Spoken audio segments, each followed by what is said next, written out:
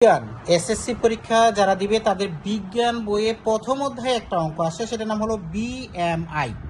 প্রতি বছর পরীক্ষার প্রশ্নে কোনো না কোনো জায়গায় এই অঙ্কটা জায়গা করে নেয়। তো যাই হোক, আমি দুইটি পদ্ধতি দিয়েছি বিএমআই নির্ণয় করার জন্য। তো দুইটি পদ্ধতির মধ্যে যারা এই দুইটি পদ্ধতি পারবে তারা বিএমআই অঙ্কটা খুব সহজে পরীক্ষা দিতে পারবে। লক্ষ্য করি, রাসেল স্যারের ওজন 66 কেজি এবং উচ্চতা হলো 1.5 মিটার। বিএমআই কত? তাহলে আমরা এখানে লিখি যে এখানে ওজন কত কেজি স্যারের? 66 কেজি। হ্যাঁ, আচ্ছা, তারপরে উচ্চতা কত? 1.5 মিটার। ঠিক আছে, তাহলে আমাদের সূত্রটা কি? বিএমআই এর সূত্র হলো দেহের ওজন আর দেহের উচ্চতা স্কোয়ার। তো আমরা দেহের ওজন তো কেজি হিসেবে কত কেজি পেয়েছি? 66। আর উচ্চতা পেয়েছি কত? 1.5। আচ্ছা স্যার, এখানে যেহেতু স্কোয়ার আছে তাহলে আমরা এখানে স্কোয়ার দিব। এরপরে কাজটা কি হবে আমাদের? এরপরে কাজ হবে 66 বসার পরে 1.5 এর উপর স্কোয়ার অথবা 1.5 এর সাথে 1.5 গুণ করে আমাদের মান আসবে 2.25।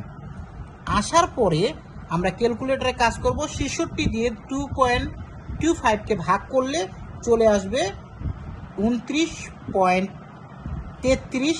লেখার পরে আমরা লিখব প্রায়, কারণ দশমিক আসলে প্রায় কথাটা লিখতে হয়।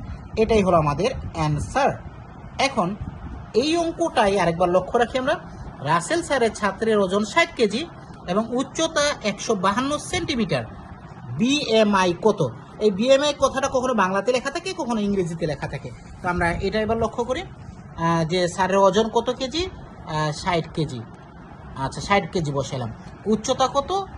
152 সেন্টিমিটার। তাহলে এটা রাসেল স্যারের ছাত্রের উচ্চতা হলো 152 সেন্টিমিটার। কিন্তু এখানে একটা কথা রয়েছে, এই যে আমাদের উচ্চতাটা কিন্তু লিখতে হইতো কিসে? মিটারে।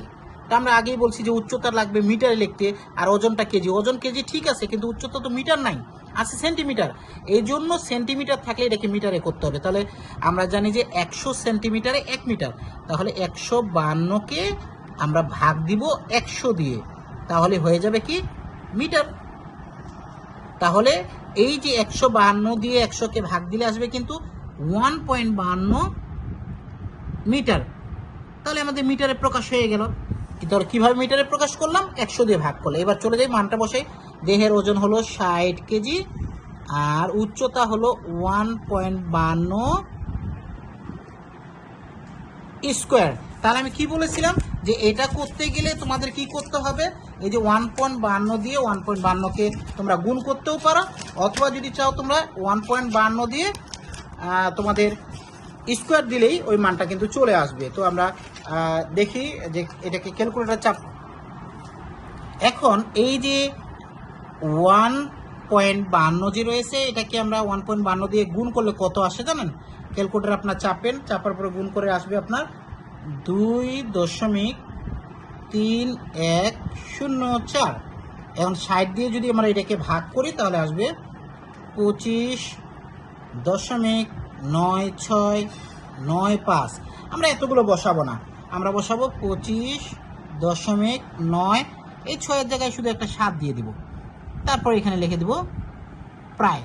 তার মানে দশমিকের পরে দুইটা সংখ্যা যদি আমরা নেই, দশমিকের পরে যদি আমরা দুইটা সংখ্যা এখানে নেই, তাহলে আমাদের এটা হয়ে যায়। তবে 6 থাকলে 7 নিতে হয়, 7 থাকলে 8 নিতে হয়। পরের সংখ্যাটা, দশমিকের পরে দ্বিতীয় সংখ্যাটা একবারই নিতে হয়। এইভাবে যদি আমরা এই যে বিএমআইটা নির্ণয় করি, তাহলে কোনো পরীক্ষায় কোনো জায়গায় আমরা বিএমআইতে কম মার্ক পাবো না, ফুল মার্ক পাবো ইনশাআল্লাহ।